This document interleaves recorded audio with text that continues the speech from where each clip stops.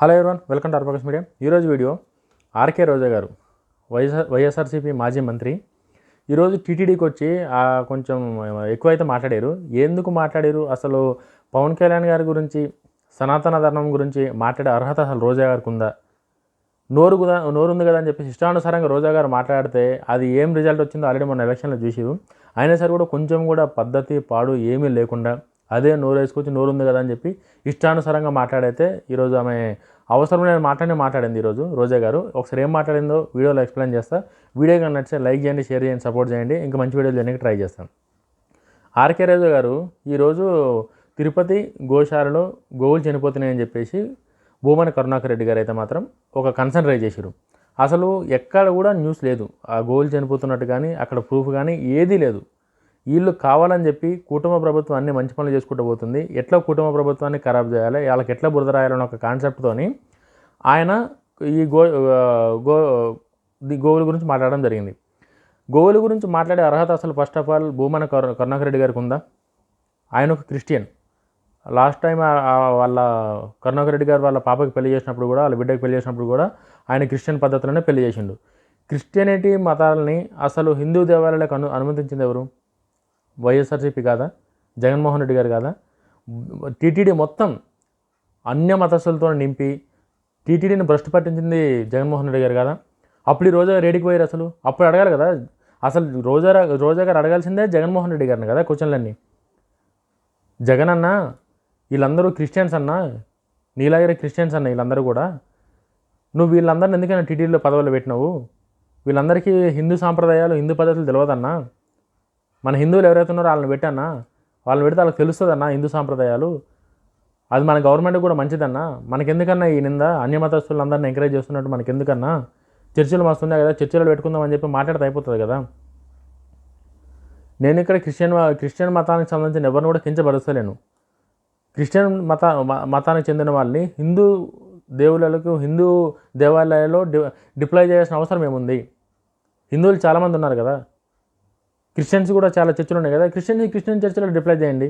ఏమైనా పోస్టులు క్రియేట్ చేసి పాస్టర్ కిందనో లేకపోతే ఇంకా పాస్టర్ పైనో వాళ్ళ దాంట్లో వాళ్ళకున్న రూల్స్ ప్రకారం వాళ్ళకి ఇది చేయండి. అంతే తప్ప ఒక ఆచారాలు తెలవని వాళ్ళని తీసుకొచ్చి అక్కడ పెడితే అప్పుడు అడగాలి కదా నువ్వు జగన్మోహన్ రెడ్డి గారిని. అట్లా అడగకుండా ఈరోజు పవన్ కళ్యాణ్ గారి పేరు తీసి, చంద్రబాబు నాయుడు గారి పేరు తీసి పవన్ కళ్యాణ్ గారు మెట్లన్నీ అడగాలనా? ఇది ఎందుకు అడగాలి పవన్ కళ్యాణ్ గారు? మీలాగా టికెట్లు బ్లాక్లు అమ్ముకోలేదు కదా. మేము ఉన్న ఎలిగేషన్స్ ఏంది?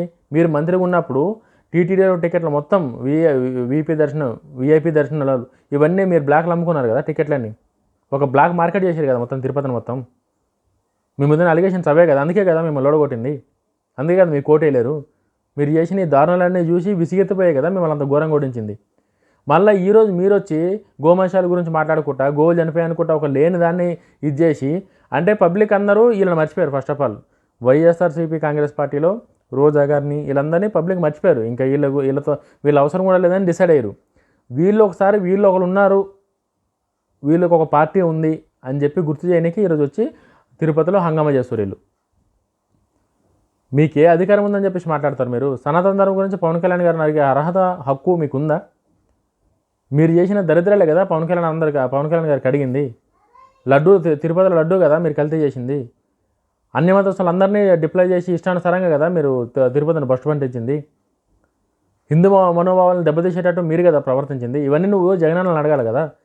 జగనన్నను ఏమనకుండా, జగనన్న చేసిన తప్పులు ఏం మాట్లాడకుండా మీరున్నప్పుడే కదా ఆ తిరుపతిలో గంజాయి ఇష్టానుసారంగా, నాన్ వెజ్ ఒక పద్ధతి పాడు లేకుండా, అడ్వర్టైజ్మెంట్లో వేరే మతానికి సంబంధించిన అడ్వర్టైజ్మెంట్లు, ఇవన్నీ మీ గవర్నమెంట్లో కదా అయినాయి.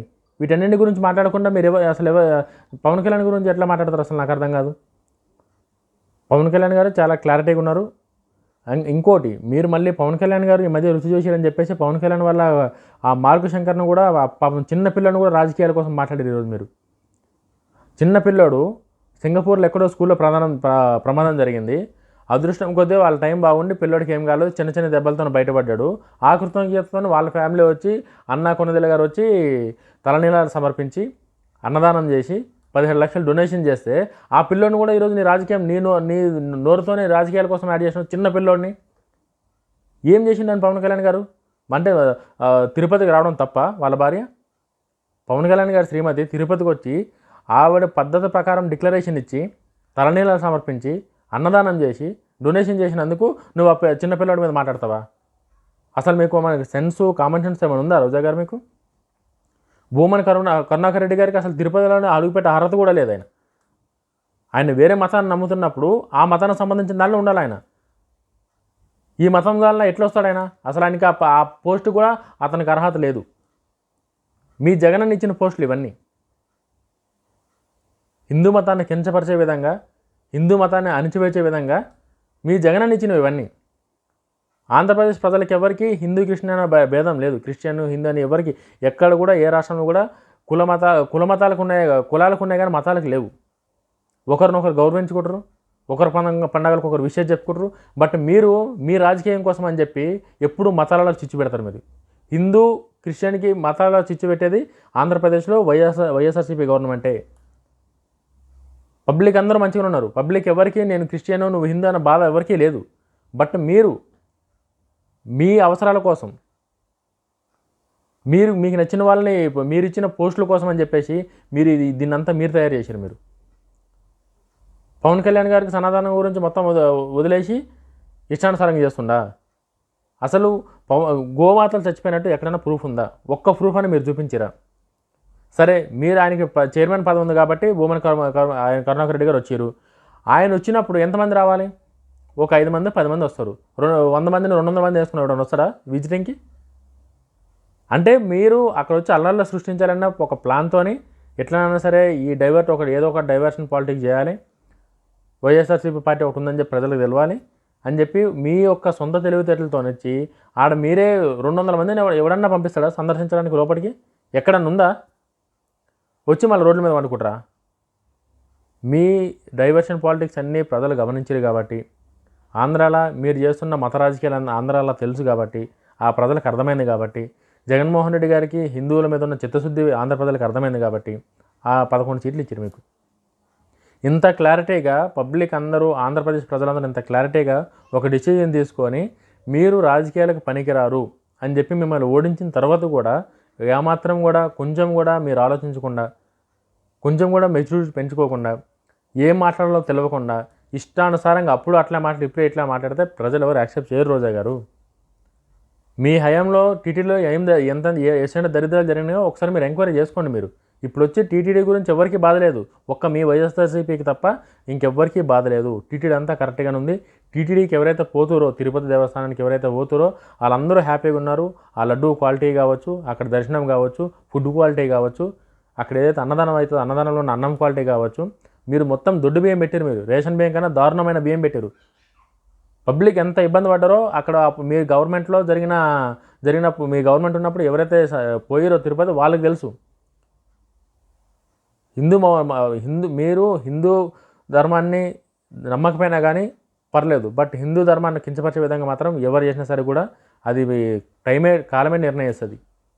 వీడియో నచ్చితే లైక్ చేయండి, షేర్ చేయండి, సపోర్ట్ చేయండి. ఇంకొకసారి పవన్ కళ్యాణ్ గారి జోలికి వస్తే మాత్రం ఈసారి అది మిమ్మల్ని పవన్ కళ్యాణ్ గారు ఏం చేయరు, టైమే మిమ్మల్ని ఏం చేయాలో కాలమే నిర్ణయిస్తుంది అంతే.